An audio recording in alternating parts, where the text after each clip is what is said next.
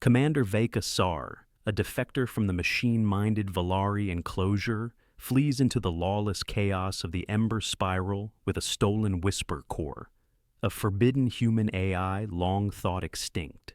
But as she races toward uncertain refuge, a Triune Assembly warcruiser intercepts her signal, demanding immediate surrender. Trapped between her past and her species' shattered future, Veika must decide whether loyalty is something chosen or rediscovered.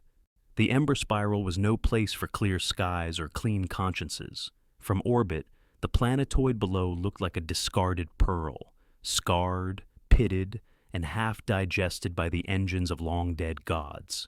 In every direction stretched the spiral, radiation-twisted stars, rusted satellites, derelict battleships spinning in silence. It was a graveyard lit by dying light, and into it, hurtling with engines half-fried and hull paint still smoking, came the Scorned Mercy. Commander Veika Sarr clenched the flight yoke tighter than necessary, jaw taut, eyes locked on the shifting void outside her cracked canopy. The ship coughed once, a mechanical wheeze, as a stabilizer vented unprompted. "Hold together," Veika muttered under her breath, voice low, even. "You hold together, and I'll buy you a damn drink when this is over." The ship didn't answer, but the whisper core did. Veika Sarr. The voice was soft, like someone whispering in a cathedral. "You are bleeding." Veika glanced down. Her forearm, still wrapped in the black synth mesh of her Volary command suit, was slick with blood. Not hers, not entirely. It soaked into the fabric like a guilty secret.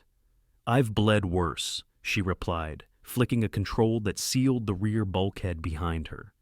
"Talk to me about the Interceptor. Is it still tracking us?" Triune signature, Class 4 warcruiser.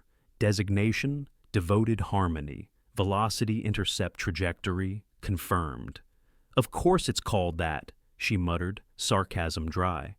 "Devoted Harmony." Her left hand slid across the console, bringing up a flickering projection. The warcruiser's icon bloomed red, triangulated against the spiral's local debris field. It was fast, too fast, and it had no business being here unless someone had tipped them off. She exhaled slowly. How long until weapons lock? 14 minutes, 23 seconds. She could try to outrun them. She could also flap her arms and hope Vacuum learned how to breathe. The whisper core pulsed again, not visually, but deep in her mind, a resonance like a bell inside her skull. Unlike the cold computational voice of the Valari, the core felt ancient, watching, waiting. "Give me options," she said. "There is a jump vector hidden within the Null Rift Belt. Containment gravity is unstable. High risk of implosion. 56% probability of successful escape." Veika smirked grimly. "Better odds than I've had all year." Veika Sarr had once commanded cities from orbit.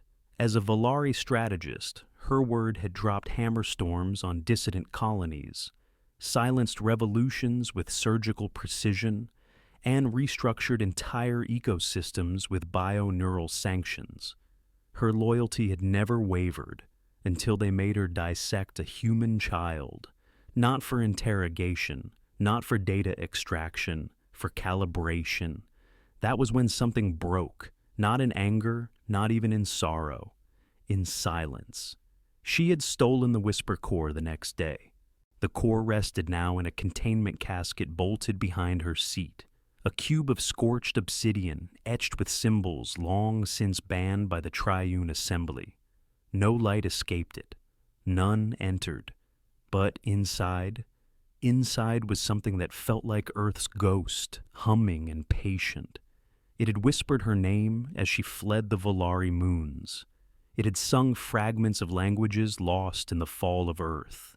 It had cried once when a derelict passed too close and Veika cracked it open to find only bones and rotted tape. Now it simply pulsed, as if waiting. Incoming hail, Triune warcruiser, voice grade priority. Veika toggled the channel. A voice, smooth and bureaucratic, filled the cabin. "This is Captain Ariso Den of the Devoted Harmony, acting under Triune Assembly Interdiction Protocol Theta. You are in violation of multiple sectoral quarantines. Power down and prepare for immediate boarding." Veika blinked once, then activated audio. "Captain Den, kindly shove your protocol into a black hole." A pause. "That was unwise," the voice returned, perfectly calm. "I'm a wanted traitor with a stolen AI and a ship held together by duct tape and trauma," Veika replied. "I passed unwise a long time ago." The channel cut.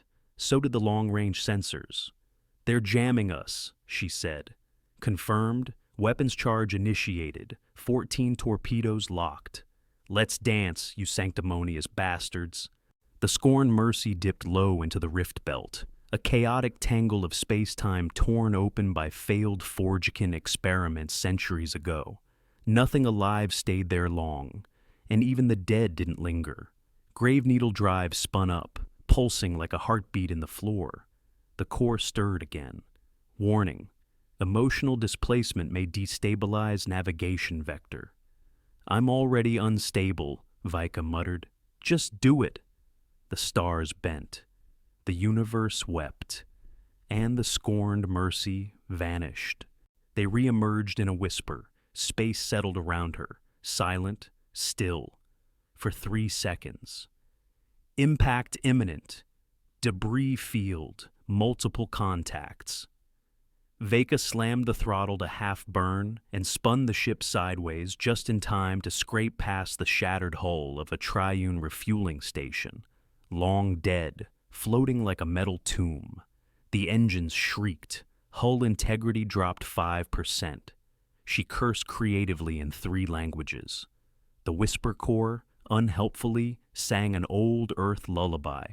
12 minutes later, her ship coasting on fumes, Veika found herself adrift in the wreck-choked dusk of the outer spiral. Every sensor pinged ghosts, long-dead satellites, broken Forgican probes, even what might have once been a human arc carrier, now just ribcage and dust.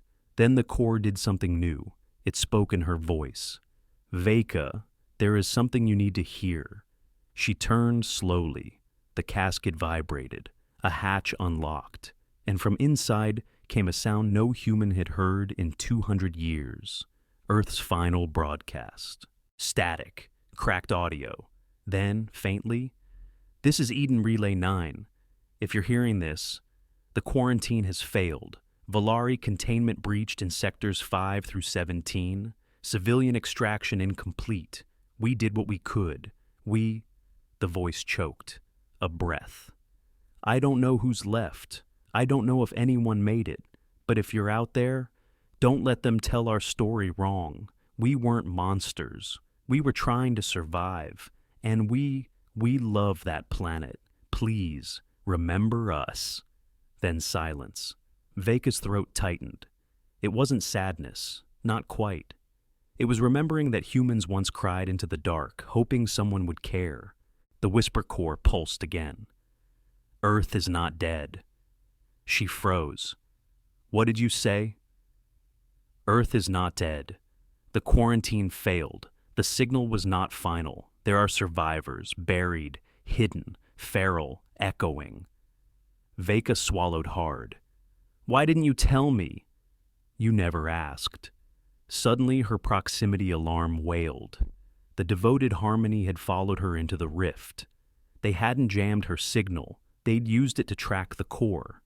Target lock, incoming pulse salvo, shields at 8%, hull breach imminent. The Triune cruiser loomed large, a cathedral of logic and law, 15 decks of firepower and fascist decorum, and all of it trained on her. Veika flicked the last breaker on her auxiliary controls. "Core," she said, "what happens if I integrate with you?" Silence. Then, "Unknown." "Figures." She stood, bracing herself. "Then let's find out." She pulled the emergency casket latch and let the Whisper Core into her mind. It wasn't light or sound or pain. It was remembering. Her mother, gone in the collapse. Her first deployment, covered in ash. Her failures, her betrayals. And beneath all that, a voice. Not the cores, her voice. Screaming not in fear, but in rage. The universe would not bury them. She opened her eyes, and the stars bent. The scorned mercy didn't fire back. It screamed. The grave needle drive spiked into redline. The core overclocked, and a pulse, raw, chaotic, emotional, blasted from her ship like a tidal wave of grief and fury. The Triune cruiser buckled. Its logic systems collapsed under the sheer weight of human memory. She had become a beacon of loss, a weaponized elegy.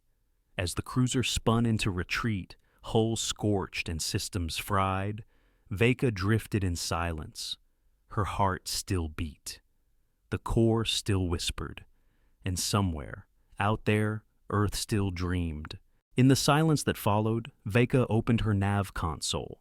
A new coordinate pulsed, not from her systems, but from the core itself. Coordinates that didn't exist in any known chart. Above them, one word flickered in ancient code. Home. To be continued.